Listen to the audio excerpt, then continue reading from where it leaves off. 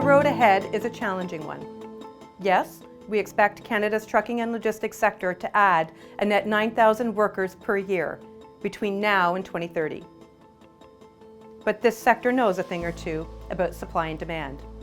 And when it comes to human resources, the demand continues to outpace supply. Trucking HR Canada's most recent labour market information projects that 40,400 available jobs will be vacant in 2030, leaving employers with a mere 0.75 applicants for every unfilled position.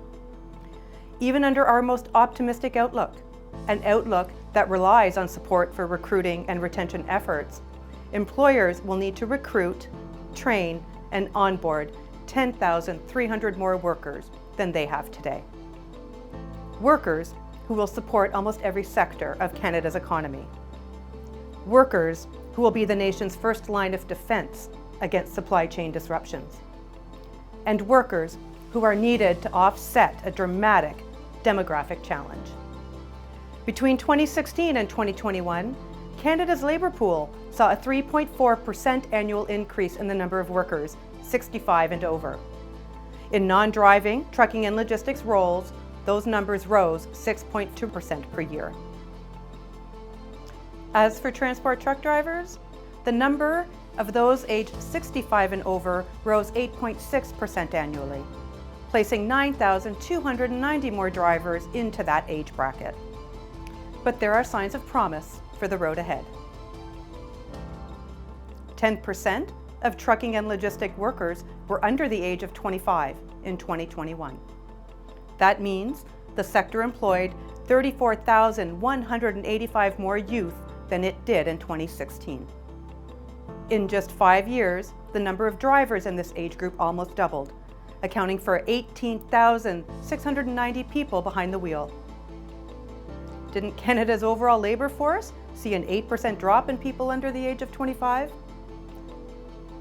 And yes, women remain underrepresented in trucking and logistics, but the number of female truck drivers increased 43% between 2016 and 2021. There were 26,235 more women in our sector overall. That's up 27% over 2016. Didn't the share of women in Canada's overall workforce drop by 0.5%? The trucking and logistics sector is also increasingly diverse. 30% of its workers were immigrants in 2021, up from 26% just 5 years earlier. 5% were non-permanent residents, a 5-fold increase over the same time period. Yes, there are plenty of challenges to come. 57% of surveyed companies say they couldn't recruit all the drivers they needed in the last year, but that is down from 67% in 2016. And numerous other key occupations in our sector, occupations critical to our supply chain, are also cause for concern. As we continue along this challenging road, the data shows we're heading in the right direction.